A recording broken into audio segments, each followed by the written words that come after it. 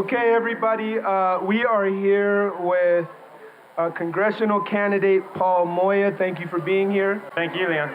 I must say, a man with turquoise gems on his coat is a man after my heart. There we go. If there's anything that says New Mexico, it's turquoise. And red and green chili, right? Yeah, or Christmas. Mix them together. Yeah, that's right.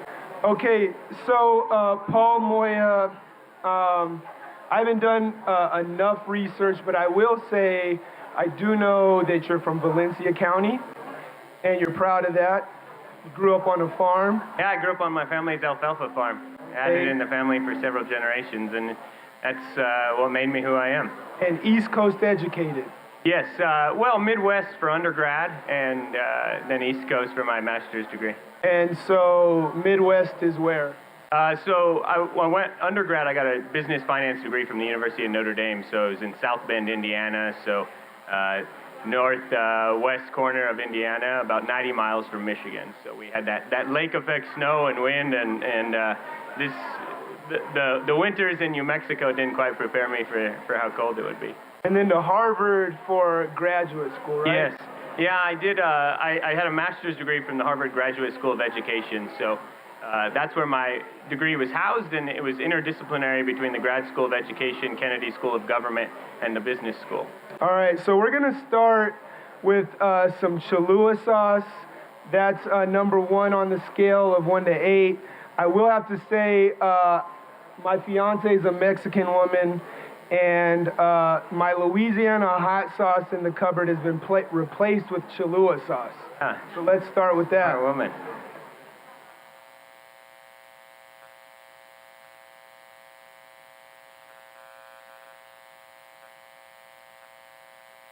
Okay, so I have a script here, but actually I'm going to open up Twitter, and there's a question that's come in expressly for you, and I'm going to start with this question.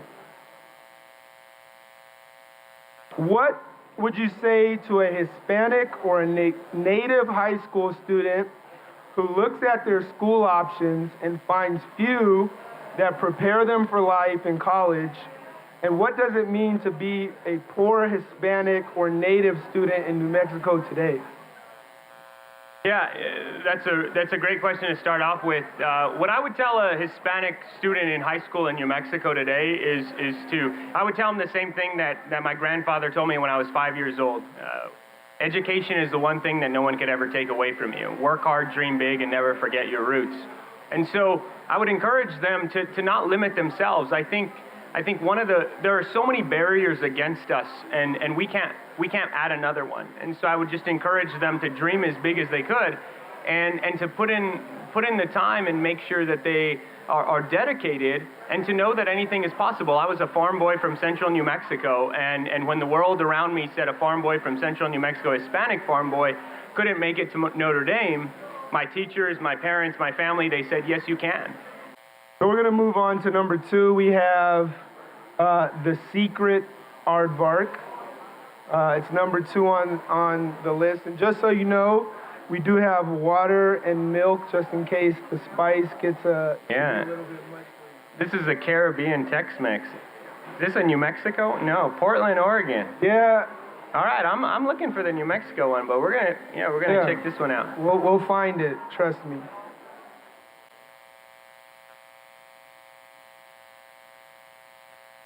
Any kick there? Yeah, it has the habanero you could taste. All right. So you're a Democrat, right? I am, yes, sir. All right. What does it mean to you to be a Democrat, and what would you do to mobilize Democrats to take on a unified core identity consistent with your vision of what it means to be a Democrat? Yeah. No, that's a really great question, Leon. I mean, for me, the idea of being a Democrat is the idea of creating a more just world for all of us. It comes down to social and economic justice.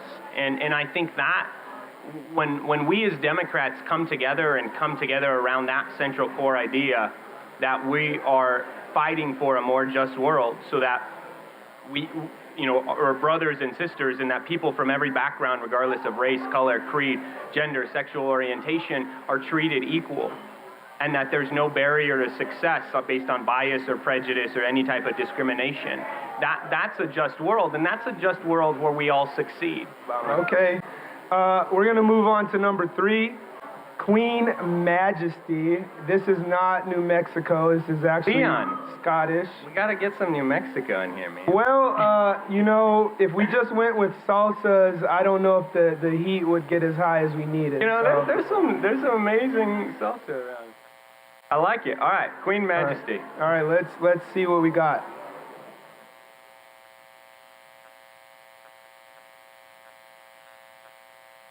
I'll say the Queen is sweet. Very. All right. Have you seen Black Panther?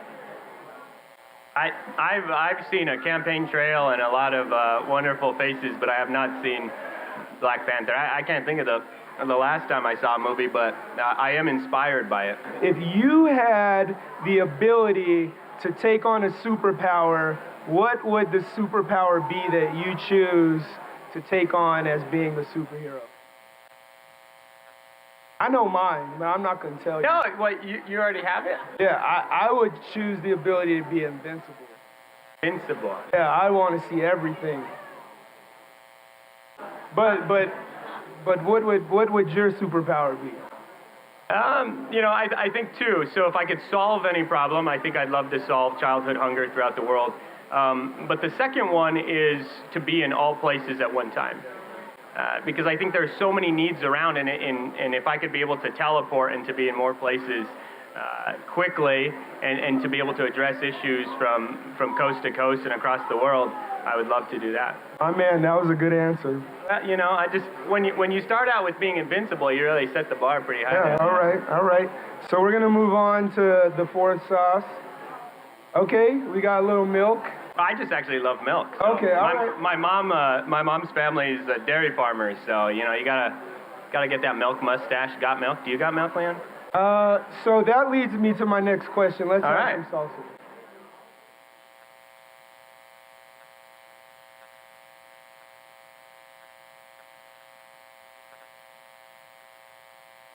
That's just tasty, right?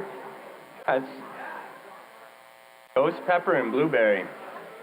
So you grew up on a farm, is that correct? I did, yes, sir. Do you have a cow that you remember growing up on the farm in Valencia County that you took a liking to and that you named? Yeah, actually. So I grew up on a farm, but I also grew up in 4-H and FFA, and we used to show calves at the county fair and the state fair, and I used to travel around.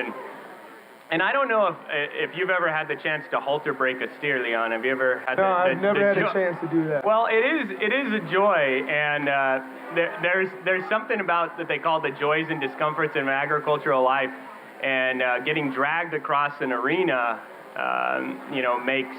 I think there's only one way that it makes for stronger character. But Joey here, who is actually sitting with us, and Joey and I were at a show, and my favorite steer I ever had, his name was Clado, and he was either the best steer in the world. He would win classes, he would win shows, but every so often he just decided to take off, and he would drag me across an arena. And there was one time where I got dragged across an entire arena, and Joey was with me, and Joey's dad said, "Hey, Joey, go help him," and he goes, that's his steer. So we still have some good jokes about it, but it was kind of like life. Sometimes you would win a class, sometimes you would win a show, and then other times you would get dragged around the arena, and you just had to pick yourself up and dust yourself off. All right, so we have Clado. That was your favorite steer, and this might sound out of place, but you know how people play air guitar or the air drums? Can you show me how to air milk a cow? well, for clarification, Clado was a steer. Yeah, so no, I understand you can't milk Clado, okay. But I'm guessing you've had some experiences milking a cow. Yes, and nowadays there's actually. So you're going to can show I use me? these? Yeah, you can use those. Let's see you milk. So you want me to hold them for you? Well, what would happen? So how about this? Okay, hold on. So these. You do this. Do you know the Moo song? The Moo song? Yeah. I can't sing the Moo song. You don't know the Moo song? I don't know if I know the Moo song. Okay, so it's a song, but you could do that. So That's essentially, verse? yeah. Are you gonna milk my thumbs? And then what you would do, all right, there you go. All right, you got it there? Yep, I got it. See, you're not gonna tell me to do something goofy and not take part of this. No, man, milk okay. my thumbs. So, my thumbs are shaking. I'm nervous. What we would do on the farm? Something's gonna come out of my thumbs. If something comes out of your thumbs, I think we're right. about over on this little interview. So what you would do though is you would have a machine and you would have suction cups that you would actually place on. By hand? No, they haven't done that by hand since like the 40s. Okay, so the machine. Let's talk about the machine. So you would put it on here. Okay. Well, you would actually. This would be like a little dip of iodine that would clean the udders. Okay. Okay, so I'm not going to dip your... Do you want me to dip your thumbs? No, don't. That could get real awkward. Yeah. And then you would take what's called the suction cups and you would actually put them on the udders like that. And then they would have hoses and they would hold it. The machine does it all. Technology. Technology. All right. Yeah, you gotta adapt technology on a farm. So okay. Thanks for Can you sing the Moo song? I thought you could. Well, you asked me if I knew it. I just want to know if you can. So there's this. We used to do it at camp, and it was in 4-H camp, and so you actually you sing a song back and forth, and you kind of milk each other's hands. So this is. Are we gonna move on? We have. I think this says Rogue. Is that right? High River sauces, Rogue. Blood orange scorpion pepper sauce. All right.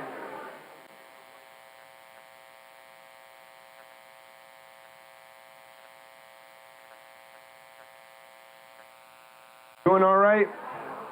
I think that one's hotter than this one. So we have 3 more to get through.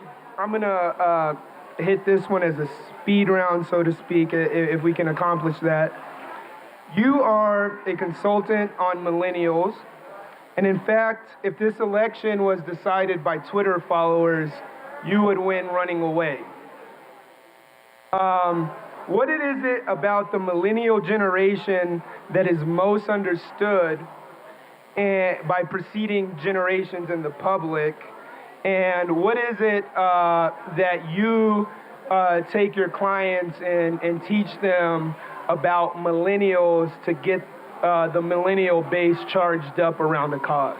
Yeah, so just to clarify, you said what is most understood or misunderstood about by previous generations? Maybe I misspoke, but I meant to say misunderstood. Misunderstood, okay.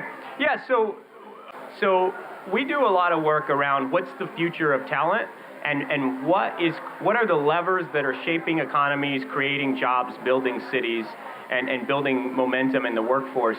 And I think in a lot of ways, if you look at what the Democratic platform stands for, there's a lot of similarities between what Democrats stand for and what millennials stand for. And so I work with companies on millennial talent retention. That's one of the areas. And what millennials want in a workplace is they want to be in a workplace that's free of sexual or gender or sexual orientation or gender bias in any way. They want people to have thriving careers without any discrimination. They want workplaces that are LGBTQ friendly. They want workplaces that they have mentors that care about them and lift them up. They also want to work for companies that are focused on the triple bottom line, not just on their own profits, but how they're impacting society, how they're impacting the planet. All right. So with that comment, just for time purposes, that was a great answer, Mr. Moya. We're going to move on to Kajan's Trinidad hot sauce. Hot sauce. All right, so we have to have some fun with this. All right. Like whoever sheds the tear first. All right. Who's this? Is that what we're doing here? I don't know if this is a competition or not. I don't know, but let's take Trinidad and see what happens. All right, so this is an important issue right now, obviously, and I'm just going to ask you, what is the most restrictive means of gun control that you would support? And obviously, this is probably an issue that speaks a lot to the area where you come from. Yeah. Well, you know, I really stand with the students out of Florida that are fighting for this assault weapons ban because I don't I don't believe that anybody, you can make the argument about the Second Amendment rights, you can make the argument about being a sportsman or a hunter, or all of those arguments, but even then, nobody needs an AR-15. Nobody needs a 100-round magazine clip. Nobody needs bump stocks. You're after my heart there. Let's move to the next one. I think you might be able to pronounce this better than me, and this might be the New Mexico. Hey, this is a New Mexico. New My Mexico mouth is State on University. fire, by the way. How are you doing? I'm doing good. I'm doing well. All right. I'm excited for this New Mexican one. Hey, this is the golden chili winner at the Fiery Food Challenge. Yeah. So you know. Okay, let's do this.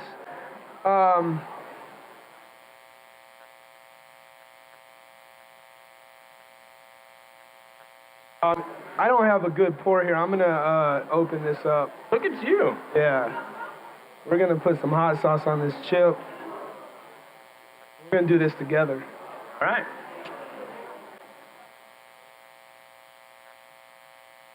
What about weed, man? I think the people in Valencia County know how to grow some weed. Well, we do have some great farmers there. So do you think cannabis should be regulated at the federal level, like tobacco and alcohol? Well, look, you know, a few years ago I worked with a senator in the state of Colorado on some economic development policy, and that was in 2014 at the time that they were legalizing marijuana. And I think the ability to legalize it, regulate it, and tax it is good on a lot of levels. You know, at the end of last year, Colorado had over $230 million in tax revenue from it. They also undermined some of the drug cartel issues. And beyond that, you look at a national epidemic around the opioid crisis, states that have legalized marijuana have decreased opioid overdoses to the tune of about 20% on average. And so, you know, my own family was impacted by the opioid epidemic here in the United States. And so when I look at the economic and moral issues around it, I think we absolutely need to move forward, and we need to take this as a federal level policy to be able to create economic revenue, to be able to improve our schools, improve infrastructure, and fight against this misnomer that we call the war on drugs, because really it's a war against people who look like you and me. Really it's a war against marginalized communities. I think he means black and brown people. Is that right? Yes. All right, let's move on. I agree with you. And you've done a good job so far. We are going to end this what has been by consensus the hottest sauce, Mad Dog 357. Somebody's already taken that nickname, but have you ever drank Mad Dog 2020? I have not. Okay, well, did I disappoint you there? No, was that an epic letdown? I mean, it's basically a wine cooler, but it's the first kind of alcohol I was ever introduced. Mad Dog 2020. Yeah, look it up. It's a real thing. Check it out. So we're gonna take Mad Dog 357. All right. Cheers. Yeah, there we go. All right. So my question before this kicks in is, if we put you on the spot right now, and I'm not gonna make any judgments, but I'm gonna rule out country music. What would your karaoke song be if you had to sing karaoke right now in front of all these people? I'm not gonna make you sing it. I just want to know what your song is. Country music. I'm gonna rule out country. I'm sorry, bro. I was getting ready to pull out some Johnny Cash for you. Okay. Now, I don't know. I love the song "Don't Stop Believin'." So if you're gonna rule out country, I'd say "Don't Stop Believin'." All right. That's a good that is some spicy conclusion. stuff. It is. And before we both start tearing up, I'll end this. This has been Hot Takes by Dukes Up. Mr. Moya, you've been a good sport. Thank you, Leon. Love the turquoise. Thank you. Thank you for joining us. This has been the Hot Seat. Special thanks to Sister Bar for hosting this event, and all the gratitude in the world for the students who helped put this production on at the Digital Arts and Technology Academy.